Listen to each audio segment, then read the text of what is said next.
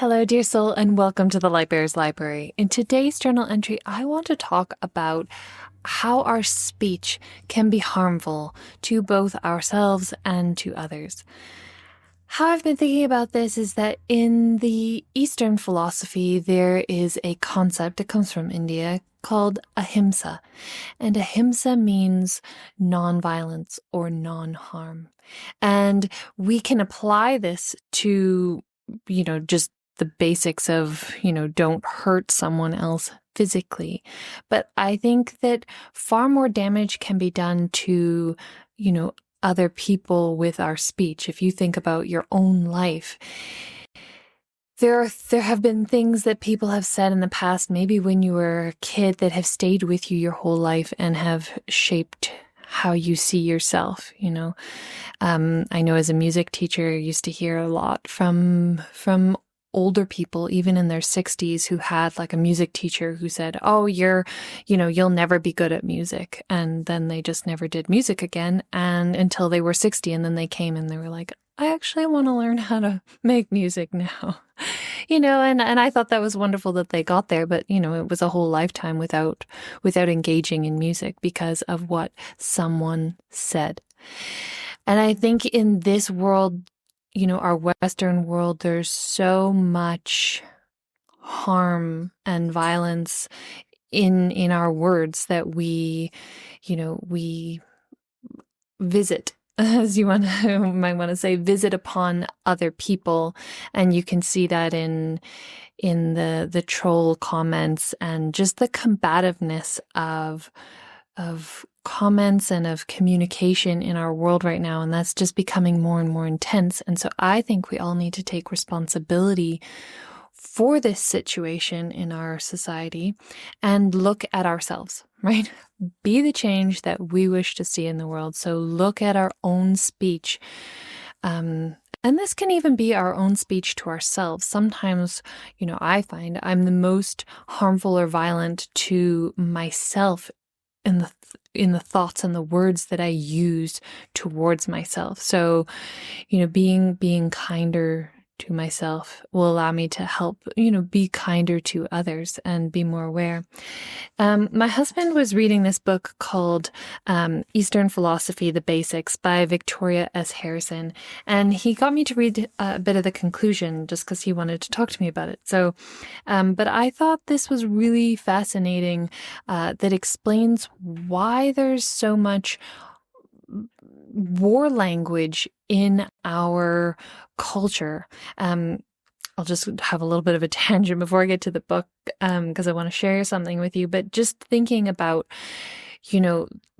in sports, how there's this idea, well, just generally of winners and losers, right? But as moves in sports being weapons, and it's just that there's attack and counterattack, and he's like the champion, or he annihilated, or he's got a killer backswing, or it's just all these kind of words that get tossed out. Those are all very violent words. And so when I read this from this book, it was really helpful to kind of clarify why this is happening in our culture.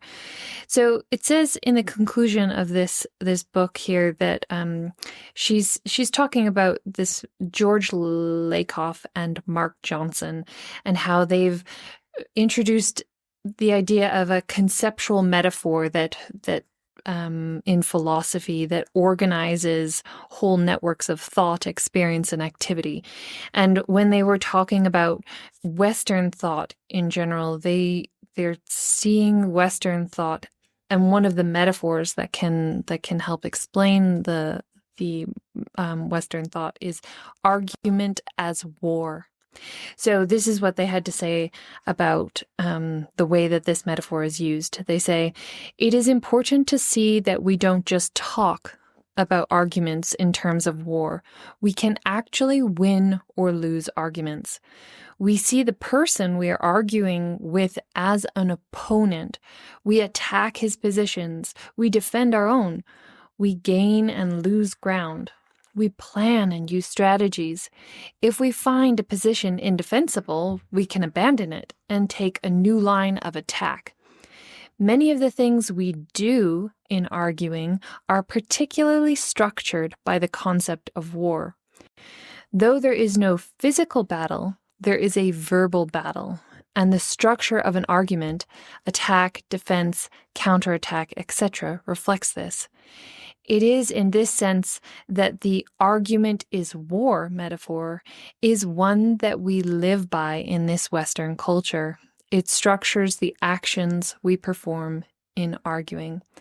So that this is kind of the underlying structure of how we see the world as Westerners and how we participate in it and how we are with one another. And I think that it's interesting to reflect on this and to notice it and to, just kind of see it play out in front of our eyes on the internet, in our daily lives, perhaps.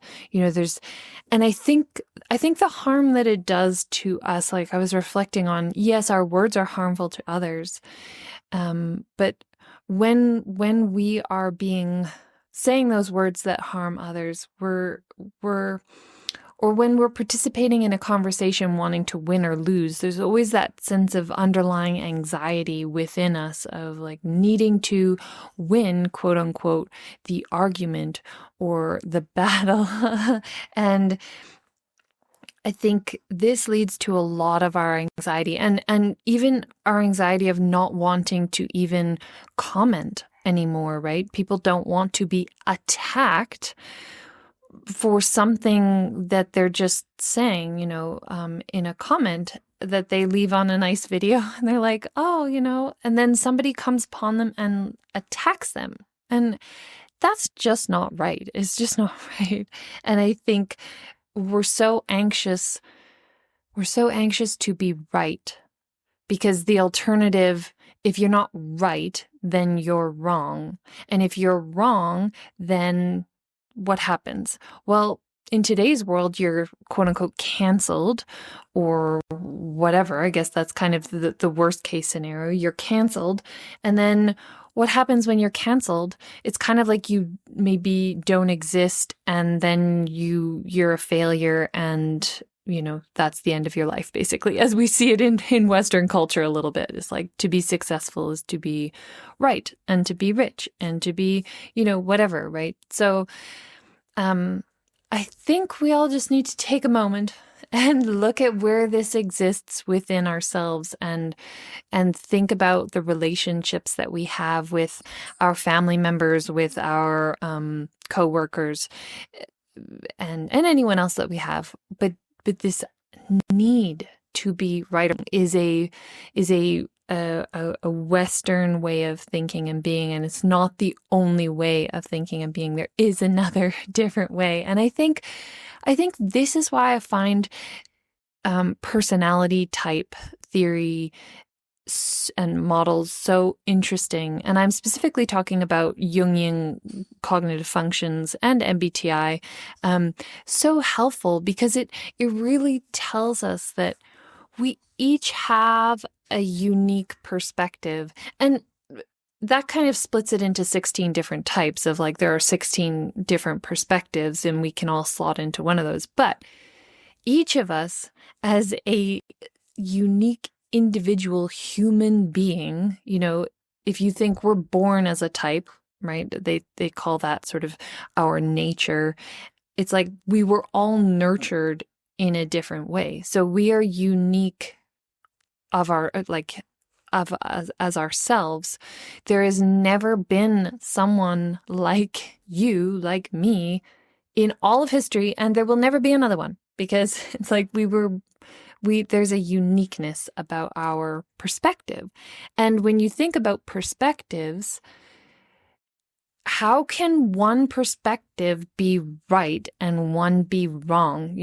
They're just seeing the world differently. And I would invite you to look into this idea of perspectives and, because different people are seeing the world differently. When you're sitting in a classroom, say I heard this example, someone who's really aware of the sensory realm could tell you the make and model of the overhead projector and what everybody was wearing and that was sitting in front of them and what that guy over there said. And it's like, I wouldn't be able to do that because I'm looking at things differently. I'm kind of like, ooh, there's a lot of like people wearing red, and I'm getting a feeling of, people are enjoying this lecture. Like, yeah, I would be getting totally different things.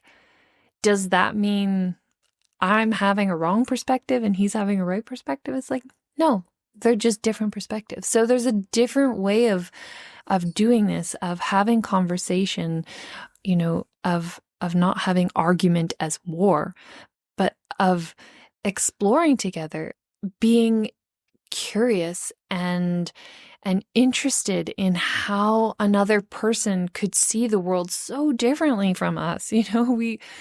Somebody will say something and we'll immediately have a reaction of like, no, you're wrong. Like, it's like, whoa, how about instead of you're wrong, it's kind of like, how are you seeing the world that way? What made you get to that thought or that observation? Or I'm really interested and curious to hear. It can be at the beginning of this process can be really uncomfortable to kind of be curious and open to another perspective. But the more we do it, the more we like exercise that perspective's muscle, the more calm we are, the more just like it's totally okay. And if you've spent any time reading any Eastern philosophy or listening to any Eastern philosophers, there's just there's just much more calmness. There's not this sort of combativeness and debate that goes on. They have debate. But they're curious about other perspectives. They realize this idea of perspective. So I think that's it. I just wanted to bring this to our awareness and start thinking about it so that we can be, first and foremost, listening to for words, listening for words of violence that we speak to ourselves inside our minds, listening for words of violence that we may be speaking to others and catching ourselves on those. And it might not even be actual words, but it might be an energy and a way of being in a conversation that is combative. If you feel your emotions riling and you just like, your body's tensing in a conversation, it's like, that's perhaps a combative state, just kind of like, okay, just open to curiosity. And then you can start to be aware of just the media that you're listening to, whether it's, I did a video on lyrics and music, or podcasts or the news or whatever, the sports that you're listening to. It's mad. It's everywhere. So just start to listen for that war language and maybe turn it off, find commentators or songs or whatever that is non-violent, non-harming. That'll be so much better for each of us and for the world. Okay, dear friend. Well, if you enjoyed this, please give it a thumbs up. Leave me a comment if you're feeling brave. I will promise to just love you up in the comments. And subscribe to the Lightbearer's Library. I would love to have you here. And I wish you many, many blessings. Signing off for now. XOXO, Kate.